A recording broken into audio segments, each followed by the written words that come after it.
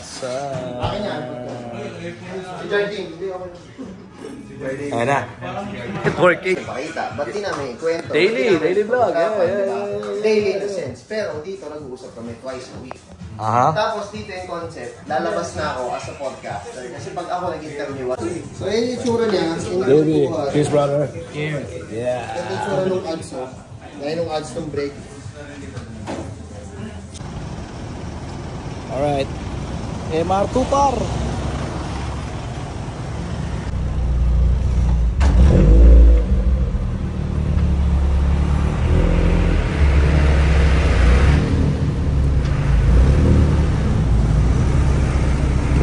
Guwapo nito.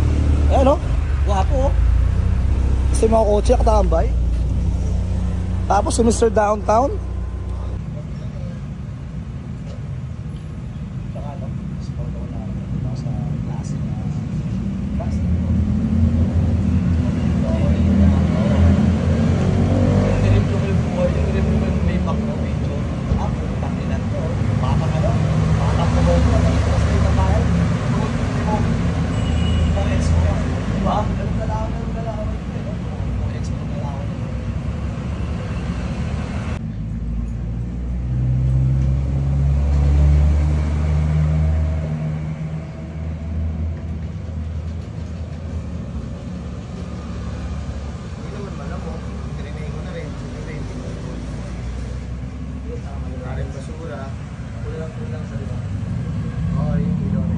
Hindi, tsaka ito, walang umiilaw dito. Pag pinalitan mo pag tubis ng ilaw, tapos umiilaw na yan, medyo may buhay na yan.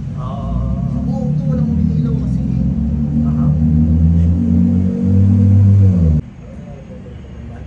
Parking na ito, nakatapay eh. Tete bang salsa dito. Yung pinakapangit lang ng barangay sa downtown, yung pinagkaisaan. Kasi nga pinagkaisaan. Diba Judge Jimenez tol, papasok dun sa may papuntang kasunod ng Kamuninga. Oo. Pakubaw. Diretso kasi nakakaroon bago ka lumabas ng E. Rodriguez, kakaliwa ka. Parang pinagkaisaan niya. Ermin Garcia. Hanggang dulo may airsoft dun na dulo nun, maangas yung pulang school dun na luma.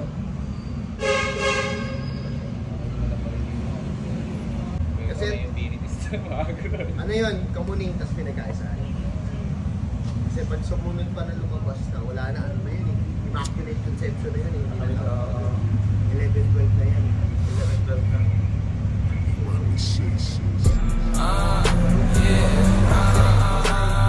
Downtown, kinaladkad ang QC, kami may-ari neto. 1103 hip Alice. Pagtagalit ka ba?